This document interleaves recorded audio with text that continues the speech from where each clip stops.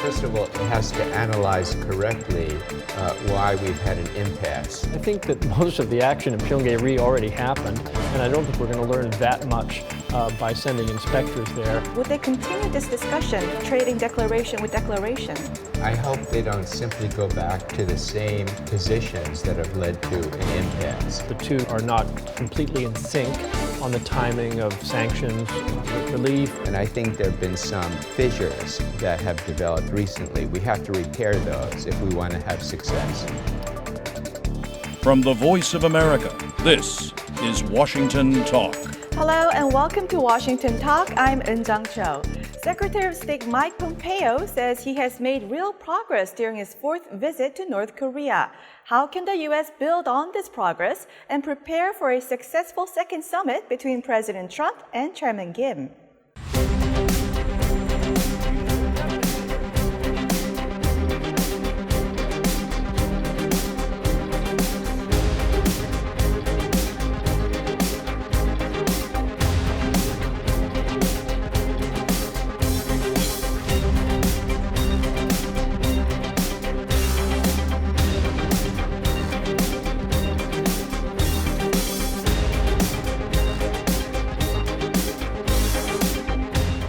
I returned late last night from North Korea from a trip where we made real progress.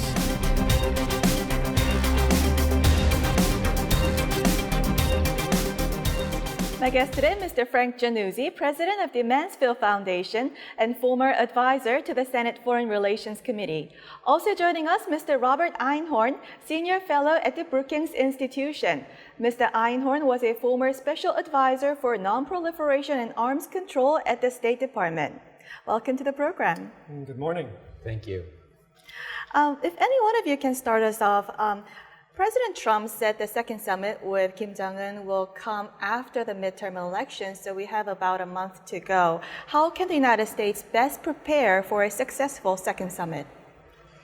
Well, it could do a number of things.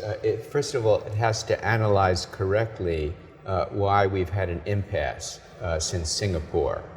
It's a complicated matter, but we've been pushing a proposal. The North Koreans have been pushing another proposal, and we haven't been able to have a breakthrough. I think we have to analyze why, and perhaps look for some adjustments in our approach.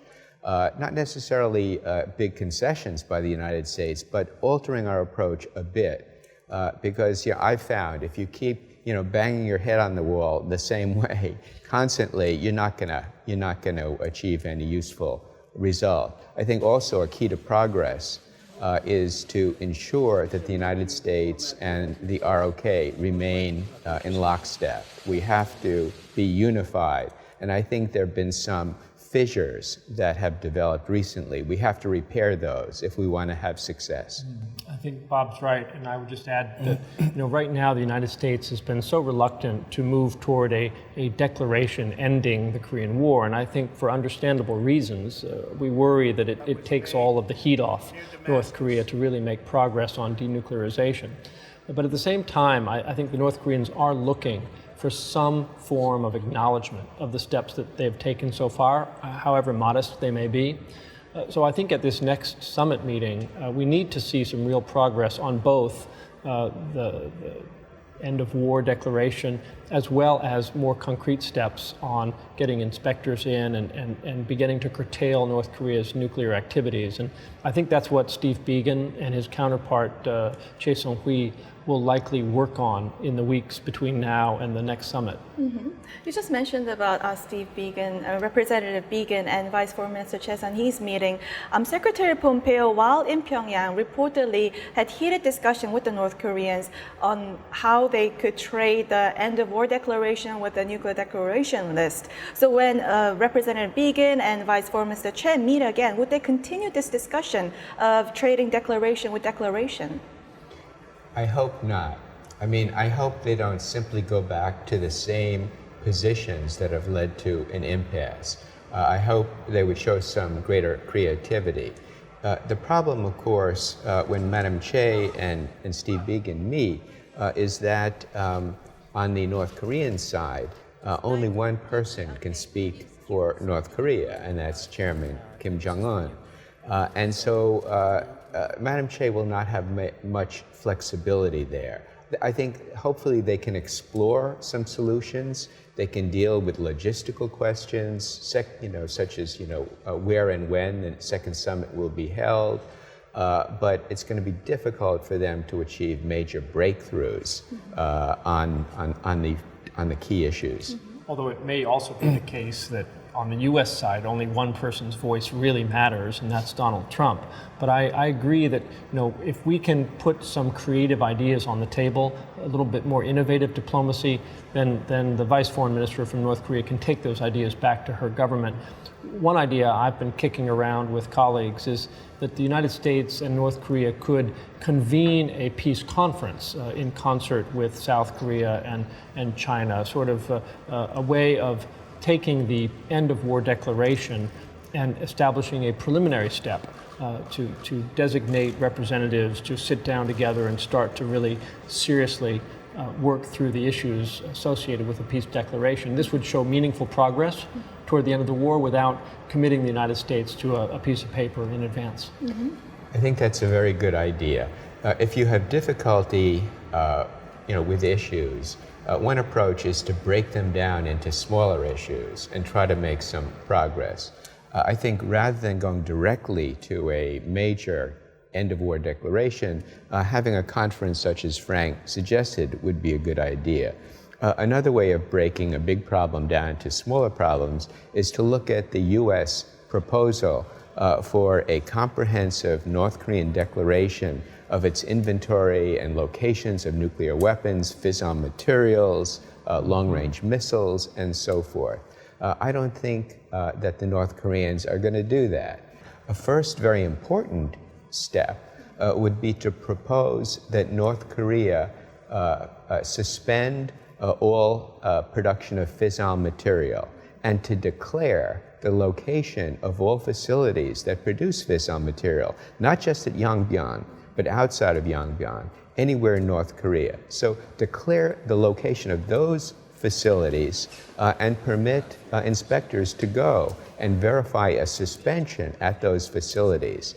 That would not reveal the numbers or location of North Korean nuclear weapons, missiles. It would be more acceptable, I think, to the North, but it would be a very important first step toward denuclearization. I want to talk about inspections. North Korea promised Secretary Pompeo that it will invite international inspections to Punggye nuclear test site. Now, would the inspectors be able to gain knowledge of North Korea's overall nuclear programs, or just be there simply confirming the dismantlement of the facility? Well, look, they're going to get a little bit of scientific knowledge. If they're allowed to bring instruments and take samples, they may gain some deeper clarity about the yield of the various nuclear tests. They may also be able to determine a bit better the structural integrity of the Punggye test site. But I think that most of the action in Punggye already happened, and I don't think we're going to learn that much by sending inspectors there. Symbolically, it's important, though, just to get qualified inspectors on the ground at a nuclear site. That's better than nothing. Mr. Einhorn, what conditions should be met for this inspection team to be successful and set a good precedent for future inspections in North Korea? Well, I think one has to look at what the purpose of this inspection is. It's to confirm the irreversible dismantlement of the nuclear test site.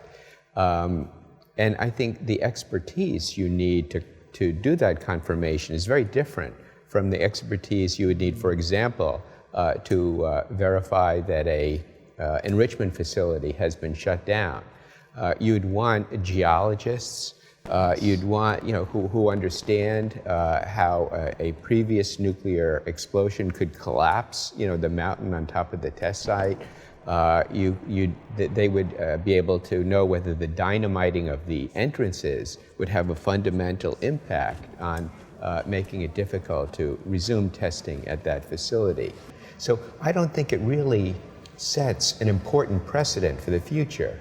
This is going to be a one-time visit, but verifying denuclearization is a full-time and constant and repetitive process. Mr. Einhorn, how is North Korea now different from North Korea you dealt with directly when you were engaged in the agreed framework and the missile negotiations back in the 1990s? I think North Korea has become much more sophisticated in its understanding of the United States. I have met in the last few years on a kind of track 1.5 basis with Madam Che and her colleagues, and I'm very impressed, especially with the young people she brings. These are people who speak perfect English, who have read all of the literature in the United States, understand American politics much better than the North Koreans did a couple of decades ago, when they were quite naive about American politics. Mr. Jannuzi, how would the results of the November midterm elections impact the ongoing nuclear negotiations with North Korea? Well, I expect that the November results will not have a significant impact, and the reason for that is that the Congress does not want to take possession of this issue, nor do they want to stand in the way of a diplomatic effort to resolve the North Korean nuclear crisis. Last question.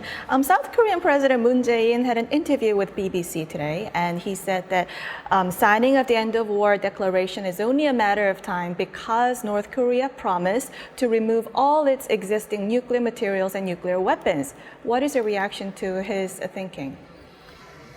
Yes, he's made that promise, but it's not clear what it means. Singapore, Kim Jong-un committed to work toward complete denuclearization. Now, I'm working toward playing golf like Tiger Woods. Now, I'm going to be working toward that goal for the rest of my life. And I think Kim Jong-un probably looks at his commitment on working toward complete denuclearization in the same way. So what would make the end of war declaration more acceptable to the United States? Well, a concern in Washington about the end of war declaration is that the North Koreans and likely the Chinese would use it to pursue their long-term objective of ending the US-ROK security alliance and removing US military forces from the Korean peninsula. That's a real concern. I think sometimes it's an exaggerated concern, but it's real. So how do you deal with that? One idea I've had is, in parallel with any end-of-war declaration, to issue at the same time a U.S. ROK high-level statement, maybe at the heads of government level, that reaffirms the importance of the U.S. ROK security alliance and the importance of maintaining U.S. military forces in South Korea, even after peace is declared, even after a peace treaty is ultimately achieved. I think having that declaration would be very reassuring to the American public and to many people in South Korea who would be very anxious at the possibility that the alliance would be weakened and that American forces would be removed. And also reassuring to the Japanese as well. So we'll end our first discussion here and watch video for our next topic.